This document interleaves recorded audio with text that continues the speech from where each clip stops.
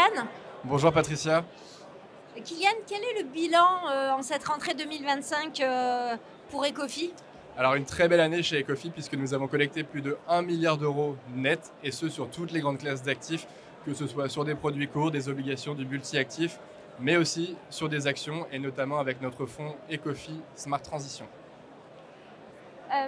Plus précisément, on est à Patrimonia. Quels fonds mettez-vous en avant à l'occasion de ce salon?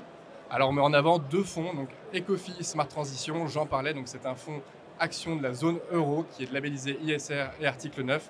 C'est un fonds qui va combiner la performance des marchés actions de la zone euro tout en ayant des exigences climatiques. C'est un fonds qui est passé de 40 à 180 millions d'euros d'encours en l'espace de 12 mois. Le deuxième fonds, ça va être Ecofi Agir pour le climat, qui est un fonds multi-actif à dominante action.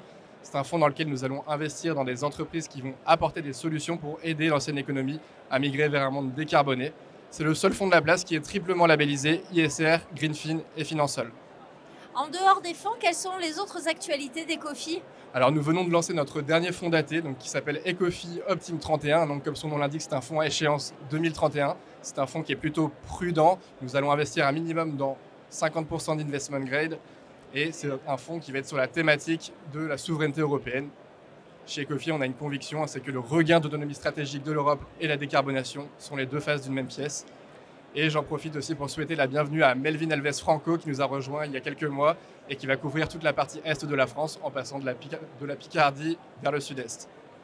Toujours beaucoup de dynamisme chez Ecofi. Merci Kylian. Merci Patricia, à bientôt.